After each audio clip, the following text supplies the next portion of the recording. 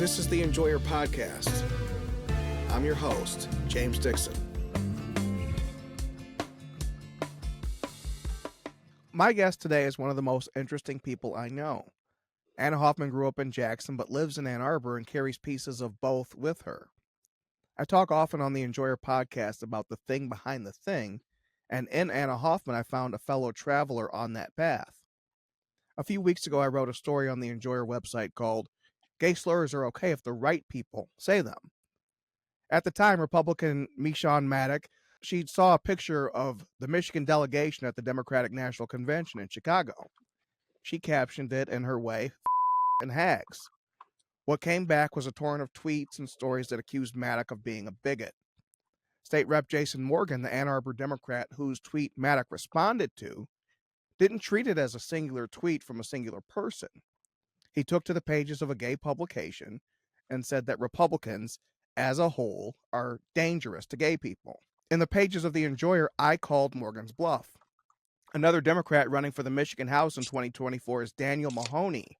Right now, he's the mayor of Jackson. About a decade ago, Daniel Mahoney was B-Face Mahoney. He was a SoundCloud rapper. I wrote about one of his songs where someone on it says, "You n***s are mega f***s." Mahoney called me and he used a Shaggy defense. He said it wasn't me. Okay, but it was your mixtape, and you did publish it. If the song went big, you would have taken all available credit for it. So in every sense that matters, Daniel, it was you, because it was your album. Since our story was printed, it has traveled across Michigan. Versions of it were retold in MERS, Gongwer, and MLive, all centered around the same question I asked. Are you real, Jason Morgan, or aren't you? Is this a legitimate defense of a community, or is this cherry picking for political gain? If Republicans are dangerous, what are rappers? And if you don't have the same smoke for a rapper as for a Republican, why are you wasting our time? See, moral authority comes from standing on the solid rock, applying a sliding scale based on race and skin color and occupation. That's sinking sand. It's not leadership. So, simply put, Jason Morgan is in no position to say who's dangerous. While Morgan says he prefers Taylor Swift to B-Face Mahoney, he's continued to campaign alongside the SoundCloud rapper. In 2024, every single seat in the Michigan House, all 110 of them, are up for grabs. With Democrats holding just a 2-seat majority, they have everything to lose. May you live in interesting times. You know Anna Hoffman on Twitter as Shoes On Please. Anna Hoffman's been a friend of the program since literally before there was a program. So I just couldn't think of anyone better, given where Anna grew up and given where she lives, and that both places are affiliated with her history and involve these characters we wrote about. Couldn't think anyone better than Anna Hoffman. Thank you for joining us on the Enjoyer Podcast. Glad I could be here. Thank you for inviting me. Absolutely. We'll start you with an easy one. What do you enjoy about Michigan? What I enjoy about Michigan is that Michigan is a rebel. It's unpredictable. It's kind of like, it's very relatable to me as that rebellious oldest daughter. You never know what we're going to do. You can't predict our politics. Can't predict our weather. It might be 85 degrees in March and it might be snowing on Halloween. I love that about our state. And that's one of the reasons why that feels like it's always felt like home to me. You know, I've lived here my whole life. My family's here. That's a story that you hear a lot on the Enjoyer. Yeah. But for me, it's definitely that Michigan has a personality. We do, don't we? I mean, I think we have such an interesting kind of geographic legacy in that, unlike a Missouri or an Illinois, Pennsylvania, Ohio, you don't drive through Michigan. You have to specifically choose to you don't just wind up in Michigan. You can't. You have to choose to be here. And I think that attracts a certain type of person. Mm-hmm. Still not sure if I love that person, but but I do know a lot of them. So yeah. Anna, the Mahoney story seems to have traveled widely. I can't believe it's even still going. And I wrote the first one Why do you think it just keeps ending up in these different news outlets? This guy's not even elected yet. Well, there's the first reason I think of is that seat is a must win for Michigan.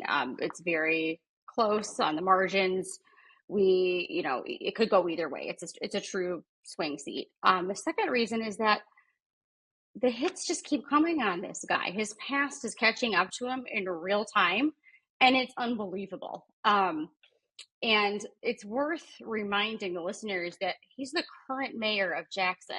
Right. So all of these things that are coming out didn't come up when he was running for mayor. He was also, as I understand, a county commissioner several years before that. So all of a sudden people are paying attention to this race because he's possibly going to win this swing seat and go to our legislature. So I just think it's fascinating that he got this far, especially considering what I know about my hometown and my experience living there.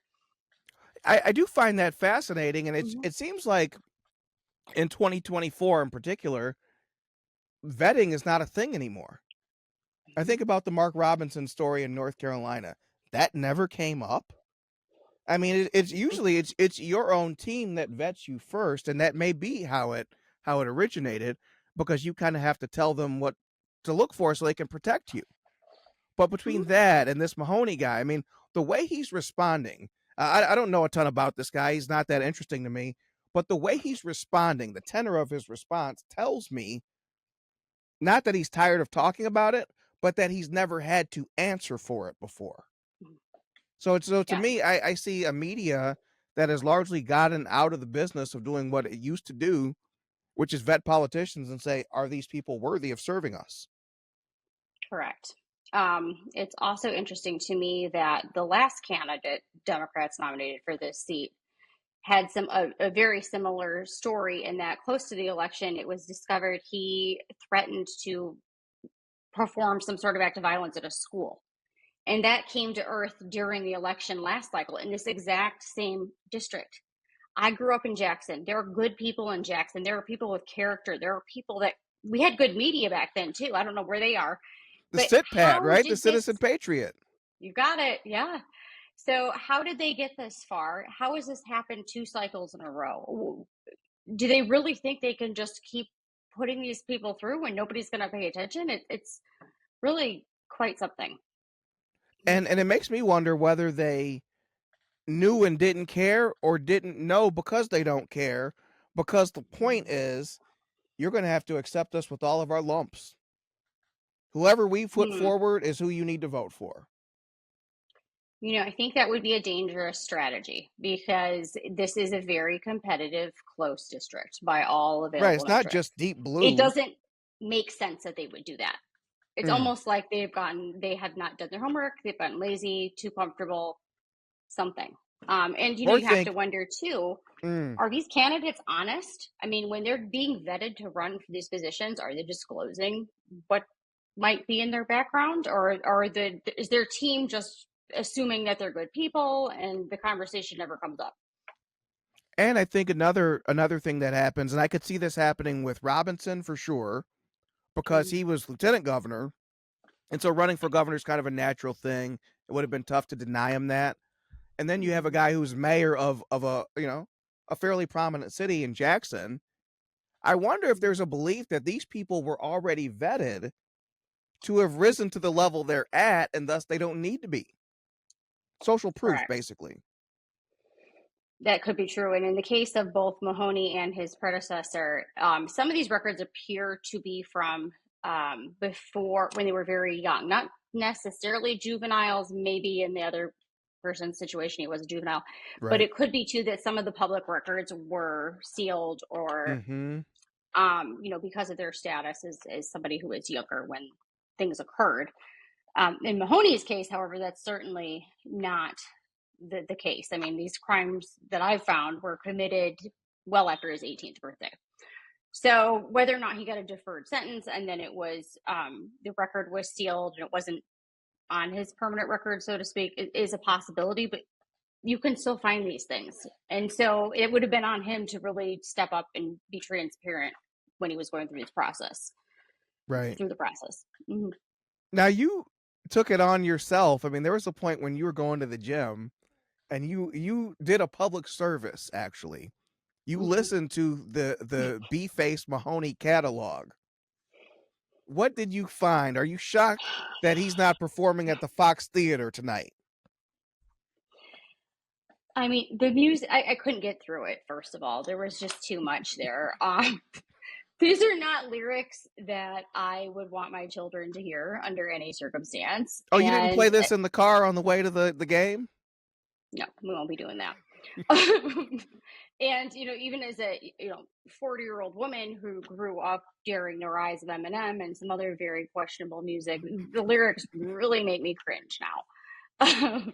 This is not appropriate under any context given. I know Rep Morgan likes to say that it's different when a rapper says things. It's not different. It's not just about the slur. I mean, he's talking about glorifying rape. He's talking about derogatory terms about people from other countries. There's so many things. It's this whole gritty culture that just no. I'm looking for somebody with character that conducts themselves professionally and respectfully when it comes to my elected officials. And a good litmus test as a mom is this somebody that I want my kids to follow on social media? Is this somebody that I could let them research on Google? Would I want them to listen to their music? And the answer for this guy is absolutely not. That's a fascinating kind of metric or kind of way to look at it. Would I want my kid to follow this person in social media and get that window into their mind? How'd you develop that? I mean, it's kind of just a sense. I'm a mom, and like if I'm going to put a yard sign in my yard or promote a candidate, it needs to be somebody that I'm proud to support. It needs to be Absolutely. somebody that I can say, let's learn about JD Vance and his life and see what he's been through. And you're going to find good, honorable things here. And we can, this is somebody who sets a good example. That's important to me. That's character. To me, it's almost as important as policy. Now, Jason Morgan, Mr. Mhm. Offense, he represents your town. He's one of apparently several state reps from Ann Arbor. I'm not sure Mhm. how many reps a town of 100,000, 30 people needs. We have too many, I can tell you that. What's he missing in Ann Arbor while he's out policing tweets and giving media interviews, calling people dangerous? I'm truly living in the world, but not of the world here. So at Yes. some point, I've Yes. kind of checked out a little bit on the local scene and focused more on what's going on with our state. But You've left Ann Arbor in your mind. correct. I'm going to Jackson, just like the Johnny Cash song. And then I turned to Jackson and we've got this going on. So it's a mess for me. But one thing I've noticed in the few times that I've been downtown or to campus lately is it does seem like there's a lot more crime. There's a lot more people sleeping on the sidewalk in the middle of the day. I'm seeing more needles. The homeless encampment has grown. There's these toilets for inclusion that are set up all over the place that you apparently need a smartphone to use. We saw one of those downtown. Isn't that bizarre? I'm like, we're outside of like the most building dense, and not just homes, but like places you could walk into. And we have like this, like little, it's a weird thing. I mean, you truly, you have to see it. You have to go to Ann Arbor to see these things. But I just was like, what problem is this solving? It's called the Throne. And one of our Yes, reps, the Throne. right. One of our reps, it may have been Morgan, actually said that it was part of the reason they chose it was for inclusion, so that people didn't have to worry about what bathroom to use. I mean, I would think if you're homeless, then that's like not really a concern. Maybe you're Best got other things on available your is mind. is your metric, right? Like Right. Also, inclusion. it seems like you need a smartphone in order to have access. So then that makes me wonder: did these homeless people also have smartphones? I don't know. I think that's a very bizarre development. But the bigger picture is that it just seems like there's an increase in crime and homelessness, drug use, all that stuff. Ann The Arbor does school not seem as system asking. vibrant. Yep, that was my next one. No, 20 years ago when I was there, I didn't want to leave. And so I came to Ann Arbor in fall 2002 to be a freshman. I didn't Hmm. leave until I moved out and moved to Oakland County on September 1st, 2012. I stayed there a decade. Hmm. I gave that place a decade, and all I saw was the degradation of it was a quirky place. I remember you stop Hmm. on the campus that first time. Well, what's the safe sex store? What's Middle Earth? Like there's just all these things to grab your eye and things that made it a unique place. Now there's like 4 CVS's, Hmm. a lot of high Yeah, and rises. you're correct. There's a lot of restaurants I've noticed that seem to be struggling or going out of business. It seems like every time we go down there, there's a new restaurant that's closed. And as we know, that's only going to get worse with the minimum wage forced increase that's coming. There's a lot going on in our schools. We're I think $25 million budget shortfall not that long ago, and typical Ann Arbor, they're going through this. And the other headline around the same time is that there's a support dog that a former teacher wants custody of. So they were also engaging in a custody battle for a support dog while they're in debt. I mean, that just tells you everything you need to know. The money's been mismanaged. Only in Ann Arbor. Um, Only Ann Arbor, yes. So Mahoney represents your other half, Jackson. Hmm. Hmm. How is your old town doing? What'd you think to learn that this could have been your mayor in another set of circumstances? How does a guy like this get the big chair? I couldn't tell you. I mean, Did no one want to run? Does no one care? Does no one want to? we What moved happened? out about 10 years ago. Uh, I truly don't know. I don't know what happened. It's City of Jackson, so obviously, it's not run out the whole county. City of Jackson is a little bit it is a little different. It's like any other city. It's probably experiencing a wave of new people, development, Sure. all the stuff that comes with that. So I don't know. I don't know where this guy came from. We apparently graduated around the same time. I've never heard of him. It's just shocking to me. It really is. And again, it makes me wonder how none of this came up before. Nobody vetted him. It's incredible. And Hmm. I love your screen name. I love your presence on Twitter. Hmm. Tell me about Shoes On, please. Like what does that even mean? Well, I'm 5'2", and if you're not 5'2", what you need to understand is that it can be very intimidating to go to a place and be asked to take off your shoes. Those are not my people, because I wear like 4-inch heels. It makes me feel confident and taller. And so when I have to leave those things at the door, it's kind of like leaving my personality behind a little bit. I Plus know it the sounds drop, odd, right? but There's like a physical drop that comes with that. yes, I'm like, great. Now you know the truth, right? So So it kind it's of it just kind of frustrating. it kind of neutralizes that exact thing you were meant to portray. Well, it not neutralizes. It gives me a very unfair advantage, because then I'm like, hi, I don't know. It's just not. It definitely does something to my confidence, and also it just tells me that you care about, I don't know, your germs or your floor more than making your friends comfortable. It's just odd. Not how I operate. Mm. With people knowing this, with your name being out there, you got something like 11,000 people know who Anna Hoffman is. When you go to people's Sorry. houses, is this honored? You know what I mean? Do people make the Anna Hoffman exception, or is it shoes off, please? My longest friends do. And again, like, I can kind of tell if I'm going to your house and you're like, take off your shoes, I'm kind of like, you're probably not. This isn't going to work. I don't really understand that anyway. So just let Yeah. me be me. Let me feel confident. Let me be 3 inches taller so we can make eye contact.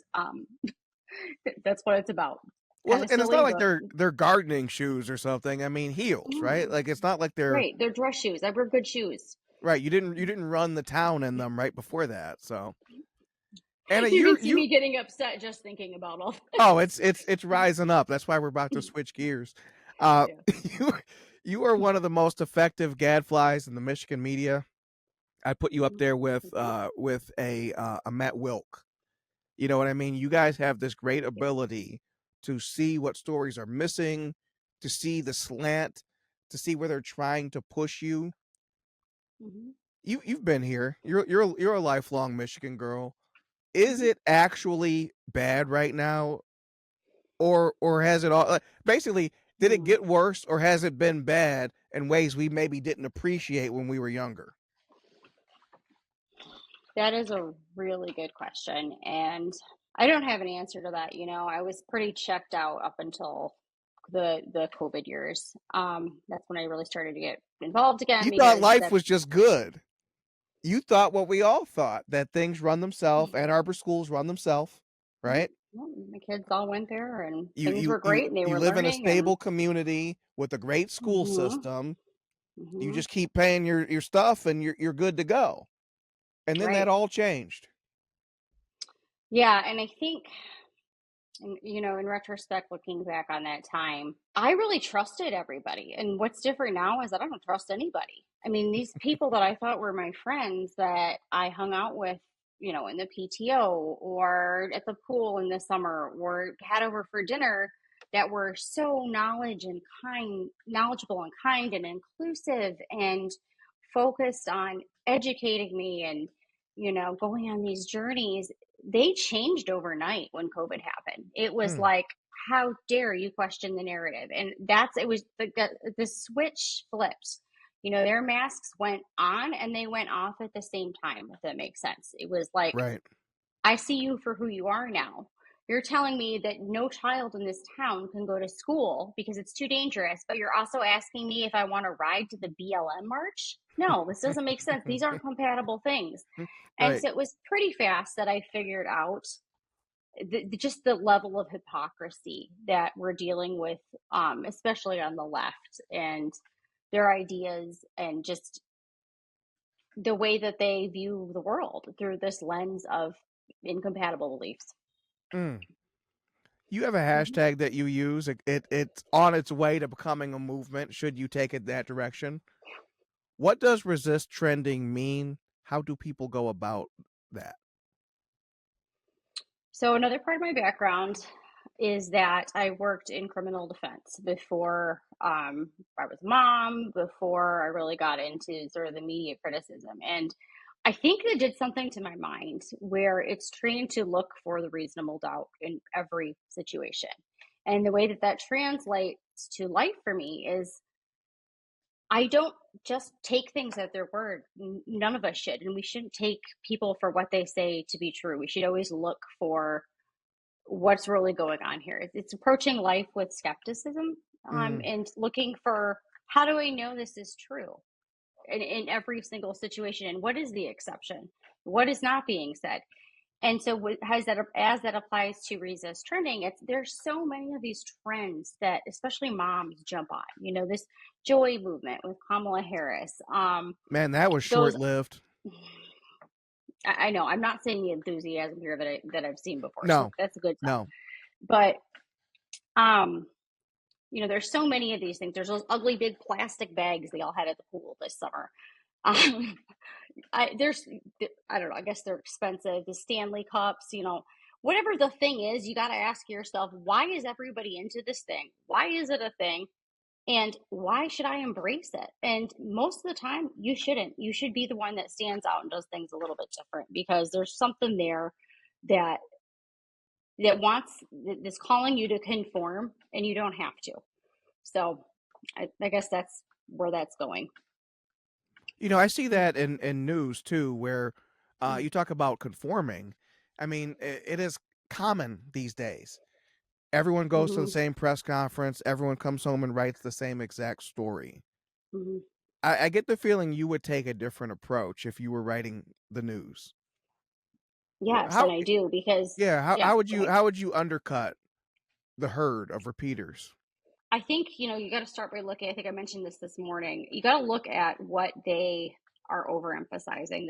That's step one. Mm. Last night after the debate, there were three fact checks about this migrant crisis down in Ohio. Trying to say, oh, these people aren't here illegally. They're all legal. And I thought, that stuck out to me. Why are they all jumping on the same bandwagon? Mm. I don't know, but like there's a reason that they're doing that. We also have to look for the timing of news. A lot of times they will drop something they don't want you to see on a holiday weekend or at Friday 10 o'clock night. at night. Oh yeah. Yeah, there was a big story actually I'm still chasing that they dropped on 4th of July at 11 o'clock last year. So I'm still looking into that one because I think there's something else there. And then the other thing is, you know, like you say, what is the thing behind the thing? Like, why is this? What are they not saying? What is not included? And, how do we know this thing is true? Half the time, I think we've been conditioned to believe that if a media or a journalist or reporter says something, then it's true. But how do we know that? Our friends at the Ministry of Truth, as I call it, if you followed me, you know what I'm talking about. Right. I know it sounds a little crazy. The Michigan media will say that, they have reviewed hundreds of FOIA records. They don't link the FOIA records. So when you think about it, we are relying on their interpretation of something for information. That is Which something historically, when we've had to rely on their interpretation and then saw the raw documents, I think about that polling that came out a while ago where they were claiming that, basically people in Michigan were not down with mass deportations, and but they got there by portraying it as if these people have been here and committed no crimes, the legal immigrant who's committed no crimes, could you imagine such a thing? Should those people have to leave?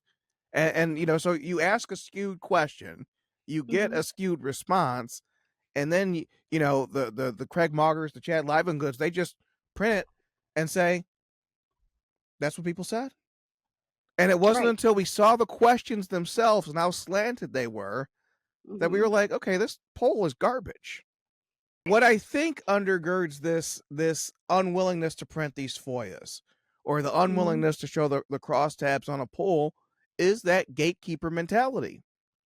We have the information and we dribble out to you the information we want you to have and what we want you to know about it.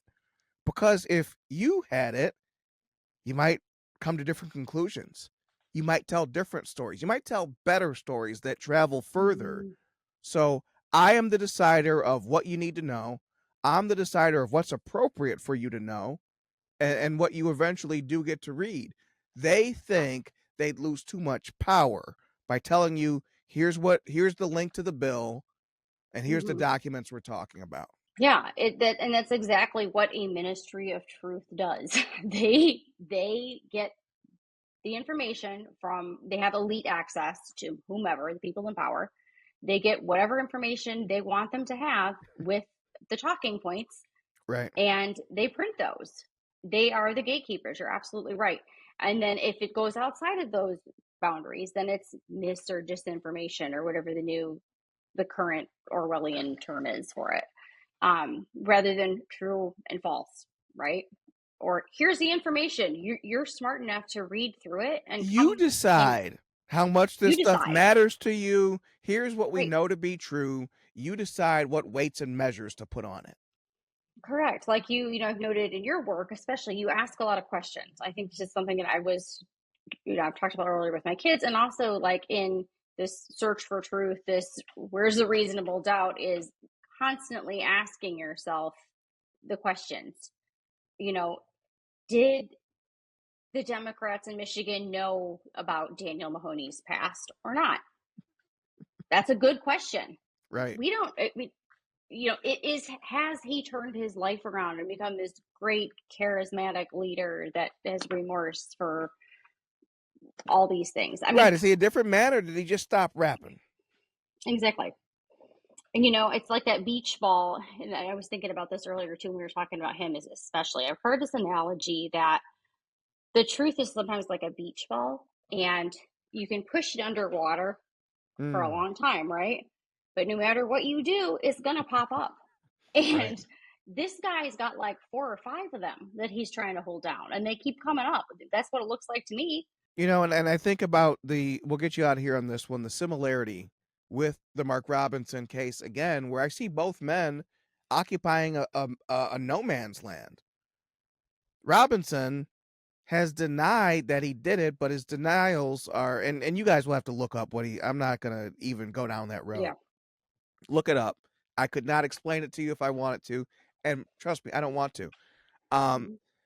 But so you can't ask forgiveness because you're denying it. And I can't grant you forgiveness because you're not contrite, because you say you did nothing wrong, but your denial is also not believable. And so I think that's kind of the same thing here. He hasn't said I'm different. He has the Shaggy defense. That was kind of the most he had to offer. It was someone else on my song. So you're not renouncing anything, really. You're just saying it was someone else who said it. You didn't say it was wrong that anyone said it. What do you make of their approach? You know, you're basically caught red-handed. Why can't they just admit it and move on? I think another thing that we've lost in the last several years, and maybe longer, I don't know, like I said, I was checked out for a while, is the sense of humility. Like, it is okay to say that you made a mistake. It is okay to say that you were wrong about something. Yes. And our politicians and our media are especially bad about that. They will, you know, take this thing that they've done and defend it until they completely discredit themselves. I mean, we see that almost every day with the media. All they have to do is just start being more honest and listen to their readers. It would be the easiest thing in the world to turn this around. What I don't think they get over at the Detroit News is that when I read your mail, when I read your work, and I tell you that it's insulting to my intelligence, when I tell you that it's off point in about 10 different ways, you know I know what I'm talking about. You know people are listening to what I say. What you might not get over there on Fort Street is that we're actually trying to help you. I'd like to read a good newspaper in Michigan. We just don't have one. And there's specific things that are done that come directly at the expense of honesty. And so you guys would be fine if you literally just stopped being as dishonest. You don't even have to do anything special. Just stop being dishonest. Stop taking snarky little shit tones. I think about this Craig Mauger thing the other day, where he's presenting the same thing, talking about Donald Trump says he's going to revive the auto industry, and you know, and the first tweet was like, you know, he's promised to return to greatness, and just so snarky, so stupid, so lame. And then the second one, I think he felt bad and felt the need to reapproach it and present it as a newsman would do, which is Donald Trump said A, here's what actually happened. I don't want you guys to be pro-Trump. I really don't. And I don't need you to be.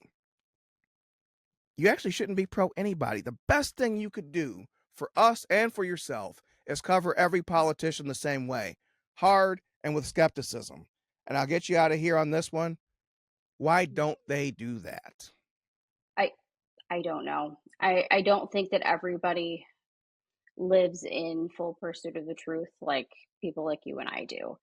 I think at some point we decided that it's more important to protect people's feelings than it is to be honest. And you know, that kind of is a theme in human nature, this balance between truth and grace. And a lot of times I just feel like the left, especially in their media operatives, have gone all in on grace. And it's not even grace anymore. It has erased the truth completely, because you're trying to protect whomever, your power system, your friends, what you think is the moral high ground. Like, I don't know, I don't understand it, but the effect of that is that you're erasing the truth.